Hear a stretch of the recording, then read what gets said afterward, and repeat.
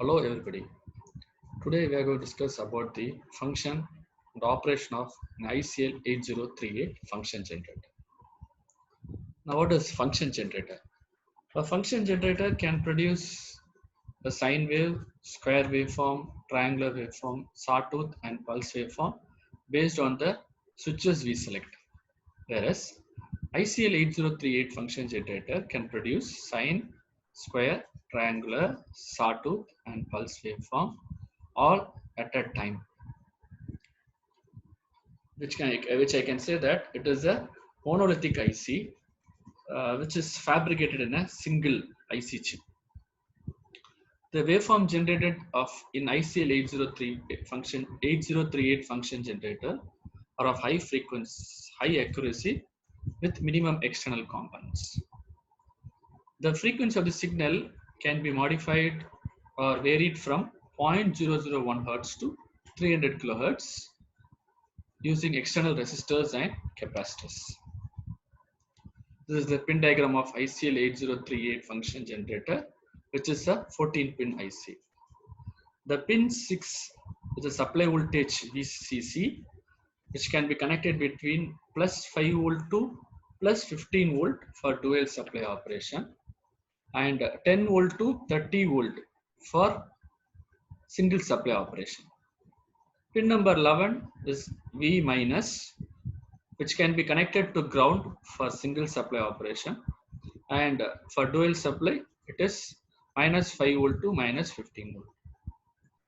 Pin 2 is the sine waveform output with an amplitude of 0.22 VCC.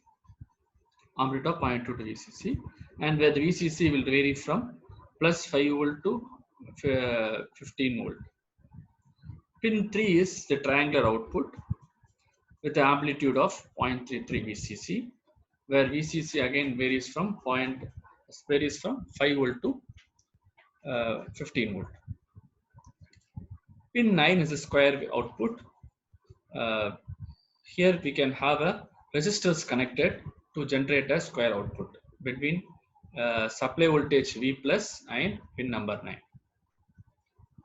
Pin 1 and 12 are the sine waveform adjustment, which is to reduce the distortion present in the sine output waveform by connecting a 100 kilo ohm potential meter between pin 12 and pin 11, or between pin 1 and pin 6.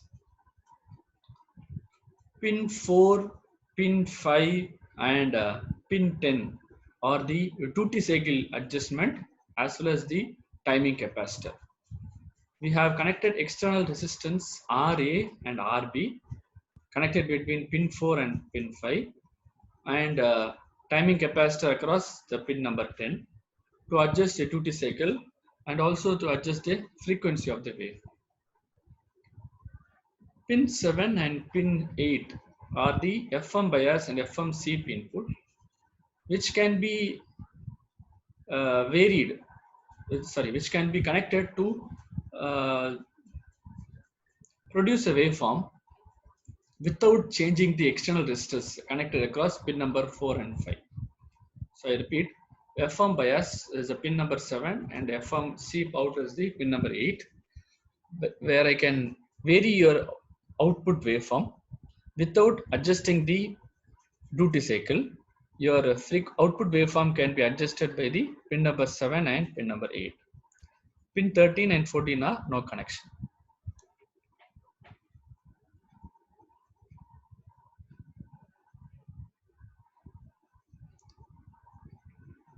This is the functional diagram of ICL 8038 function generator, where you have your Q1 and Q2 are programmable, or I can say it as a current source. Q3 is the emitter follower. Q4, Q5, Q6 are the current mirrors. We have two skimmer trigger, CMP1 and CMP2, and a buffer amplifier. We have a RS flip-flop, and the Q7 is also again a transistor connected here. This is the connectional diagram of ICL 8038 function generator. External resistors are RA and RB, and the timing capacitors C here connected. and the threshold R is 100 kilo ohm potentiometer connected across pin number 12. We'll see the operation of a functional generator, functional diagram of ICL 8038 generator. This Q1 and Q2 are programmable current source, which can be controlled by the resistors RA and RB. And the Q3 is emitter follower, which will drive the base of Q1 and Q2. So the current across IA is equal to the input resistance voltage across R1 VI, that is the voltage available across IA, VI divided by RA, and similarly IB is equal to VI divided by RB. And this current IA is directly connected to the timing capacitor IC, that directly connected to the timing capacitor C. And current IB is connected through the current mirror Q4, Q5 and Q6, which will produce a total current of 2 times of IB because of the parallel arrangement of Q4, Q5 and Q6. And we have two schematic trigger, comparator 1 and comparator 2, in combination with their flip-flop, which will produce this combination of the flip-flop RS flip-flop, which have a threshold voltages of the comparator CMP1 will have a threshold voltages of 2 VCC by 3, and CMP2 will have the threshold voltage of VCC by 3. Initially assume that flip-flop output is higher, which will saturate the transistor, which means which will be turn on the transistor Q7, and this transistor Q7 will pull the bases of Q5 and Q6 to the low condition. Hence, the C will be charging at the rate of current IA. C charges at the rate of current IA here. When the capacitor voltage reaches the upper threshold voltage, and capacitor voltage reaches upper threshold voltage, which means 2 VCC by 3, then the comparator 1 will trigger, which will reset the flip-flop. Hence, your output Q becomes 0. Thereby, your transistor Q7 will be turned off, which will enable the current mirror Q5 and Q6. Hence, the capacitor will start discharging.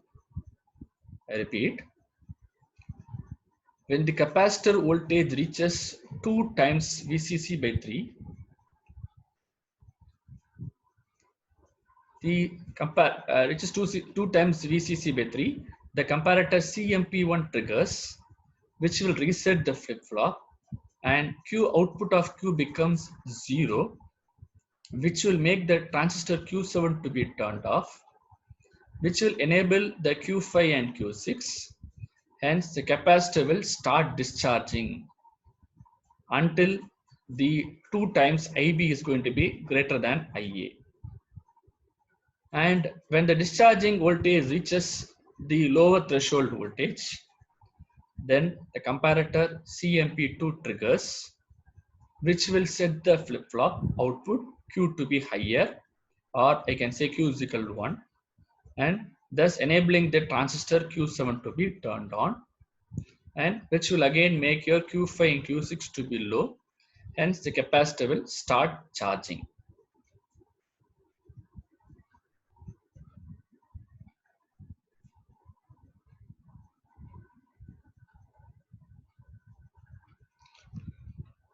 When the current source is set as IA and 2 IB respectively, the charging and discharging times are, that is del VC is equal to upper threshold voltage minus lower threshold voltage. Upper threshold voltage is 2 VCC by 3 and lower threshold voltage is VCC by 3. It is equal to VCC by 3. The charging time TC, that is equal to del VC into 1 by charging current into capacitor C. And similarly, discharging time TD is equal to del VC into 1 by discharging current into C. And frequency F0 is equal to 1 divided by charging time plus discharging time. So the expression is 3 into 1 minus RB by 2 RA into VI divided by VCC into C into RA. Hence duty cycle D is equal to 1 minus RB by 2 RA into 100%. The waveform can be obtained across pin number 3, where your triangular waveform can be obtained, and a square waveform can be obtained at pin number 9, that is the output of the flip-flop. If you adjust the external resistors RA and RB, the current will vary from IA to 2IB. Then an asymmetrical sawtooth will appear at pin 3, and the pulses of the duty cycle will vary from 1% to 98%, which is available again at pin number 9. The sine wave can be obtained by passing the triangular waveform to a wave shaper circuit. If it is a single power supply, the square, triangle, and sine waveforms have an amplitude of VCC, 0.3 VCC, and 0.2 VCC. And the automatic frequency sweep can also be achieved by varying the voltage at pin number 8.